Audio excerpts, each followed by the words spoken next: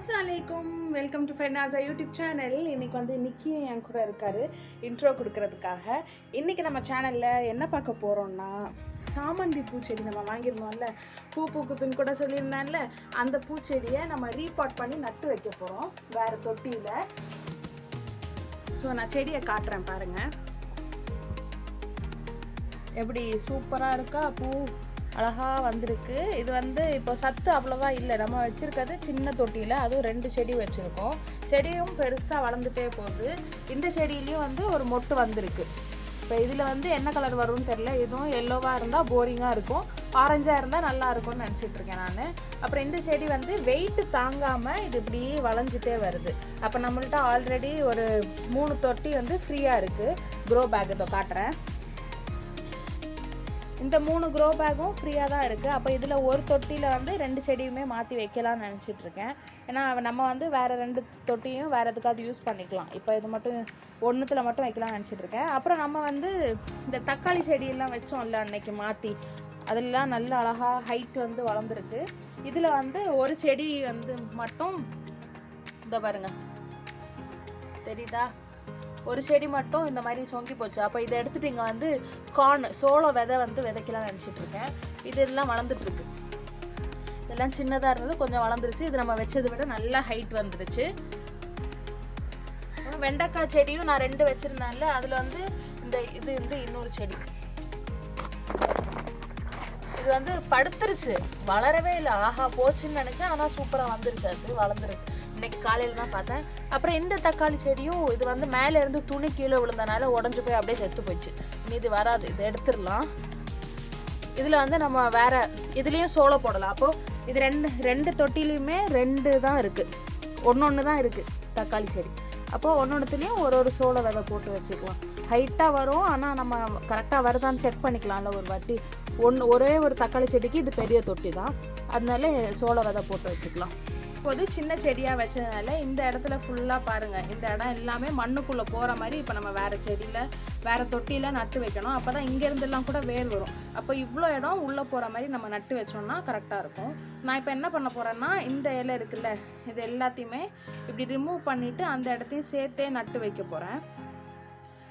ஏன்னா அப்போது இந்த புள்ளியாக இருக்குல்ல ஃபுல் இந்த இடத்துல எல்லாம், அது எல்லாமே வந்து வேர் வரும். இப்போ இந்த இடத்த பாருங்கள், தண்டில் இந்த இடம் ஃப்ரெஷ்ஷாக இருக்குது, நீட்டாக இருக்குது. இங்கேன்னா இது செடி, இந்த இடம் எல்லாமே வேர் வர்றதுக்கான இடம் இது வரைக்கும். ஸோ இது ஃபுல்லாகவே மண்ணுக்குள்ளே போகிற மாதிரி வைக்கணும். அதே மாதிரி தான் இந்த செடியிலையும் கொஞ்சம் இது வந்து இது முத்தின செடியாக இருக்குது. ஃபஸ்ட்டு செடி வந்து முத்தின செடியாக இருக்குது, இது வந்து கொஞ்சம் சின்ன செடியாக இருக்குது. இது வந்து ஸ்ட்ரைட்டாகவே வளர்ந்துருக்கு, அவ்வளோவா முத்தலை. அதனால இங்கே இருந்து நம்ம வந்து இவ்வளோ இடத்த உள்ளே கவர் பண்ணுற மாதிரி வைக்க போகிறோம், மண்ணுக்குள்ளே கவர் ஆகிற மாதிரி.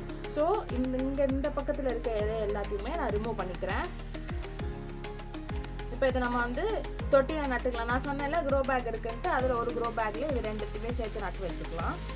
முட்டை தோடு இருக்குல்ல, அதை நான் பவுடர் பண்ணி ஒரு தொட்டிக்கும் போட்டிருக்கேன், கொஞ்சம் போட்டிருக்கேன். ஆனால் நான் தண்ணி ஊற்றலை, அதனால தான் இப்படி மேலே நிற்கிது. நம்ம வேணும்னா மண்ணை கொஞ்சம் கிளறி விட்டுட்டு, இந்த மாதிரி கொஞ்சம் கிளறி விட்டுட்டு அப்புறம் இந்த மாதிரி முட்டைத்தோடு போட்டு திருப்பி மிக்ஸ் பண்ணி விட்டுக்கலாம். அப்போ மண்ணில் சேர்ற மாதிரி இருக்கும், இது மேலோட லேயரில் இருக்கும். இல்லை நம்ம இதை போட்டுட்டு தண்ணி ஊற்றாலும் அதோட சத்து வந்து அதுக்கு மண்ணுக்கு தான் போகுது. இப்போது இந்த க்ரோ பேக்கில் தான் நம்ம வந்து செடி வைக்க போகிறோம். அப்போ நான் ஃபஸ்ட்டு கொஞ்சம் பள்ளம் எடுத்துக்கிறேன், நிறையவே எடுத்துக்க போகிறேன். ஏன்னா நம்ம உள்ளே நல்லா போகணும்ல, தண்டு நிறைய உள்ளே போகணும்ல, அதனால நிறையவே பள்ளம் எடுத்துக்கிறேன். நான் நல்லா ஆழத்தில் போய் செடி உட்கார்ற அளவுக்கு.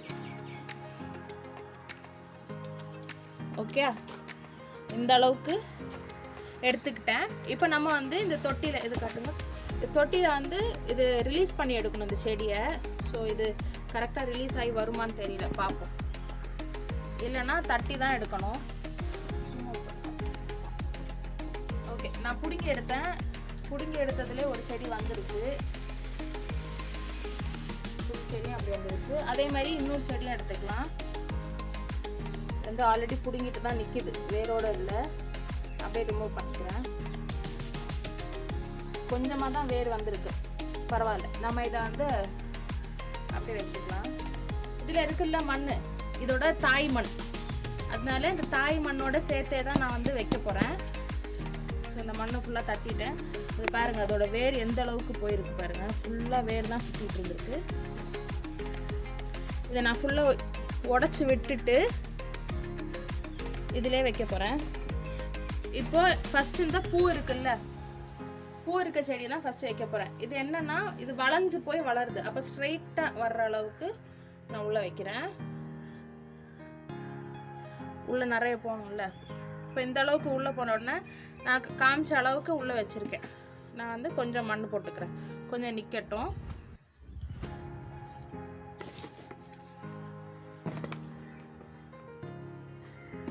இப்போ இன்னொரு சைடில் அந்த இன்னொரு செடி வைக்கலாம். அதுவும் நான் இந்த மாதிரி பள்ளம் நான் நல்லா ஆழமாக எடுத்துக்கிறேன். எடுத்துட்டு நம்ம செடி இதோ இருக்குல்ல, இது லைட்டாக உடச்சி விட்டுட்டு இந்த பள்ளத்திலேயே இப்படியே வச்சிடலாம். ஓகே, இப்போது மண்ணெல்லாம் சென்டரில் சேர்த்து விட்டுடலாம். இப்போ நமக்கு இவ்வளோ மண் போதும்னா போதும், எக்ஸ்ட்ரா வேணும்னா வச்சுக்கலாம். இது ஆனால் தண்ணி ஊற்றும் போது கொஞ்சம் இறங்கும். நான் இதுக்கு வந்து டெய்லி தண்ணி ஊற்றுறது கிடையாது. இந்த தொட்டிக்கு செடி இல்லாததுனால 3 நாளுக்கு ஒரு வாட்டி தான், ஒரு ஈரப்பதம் வந்து ரீட்டைன் ஆகியிருக்கணுன்றதுக்காக 3 நாளுக்கு ஒரு வாட்டி தான் தண்ணி ஊற்றிட்டு இருந்தேன். இப்போ நான் என்ன பண்ண போகிறேன், நம்ம தண்ணி ஊற்றும் போது நல்லா இறங்கி போகும்ல, அதனால எக்ஸ்ட்ரா கொஞ்சம் மணல் போட்டுக்கிறேன். இது வந்து என்ன மணல்னா, நம்ம ஆல்ரெடி பழைய வீடியோ பார்த்துருந்தீங்கன்னா தெரியும். கொக்கோ பீட்டு, மண்புழு உரம், கிச்சன் கம்போஸ்ட் வேஸ்ட்டு, அப்புறம் வேறு என்னது, செம்மண், நார்மல் கார்டன் சாயில் எல்லாம் மிக்ஸ் ஆனது. அதனால கரெக்டான ரேஷியோவில் தான் இருக்குது. நம்ம சும்மா அதை அப்படியே எடுத்து போட்டுக்கிட்டாலே போதும்.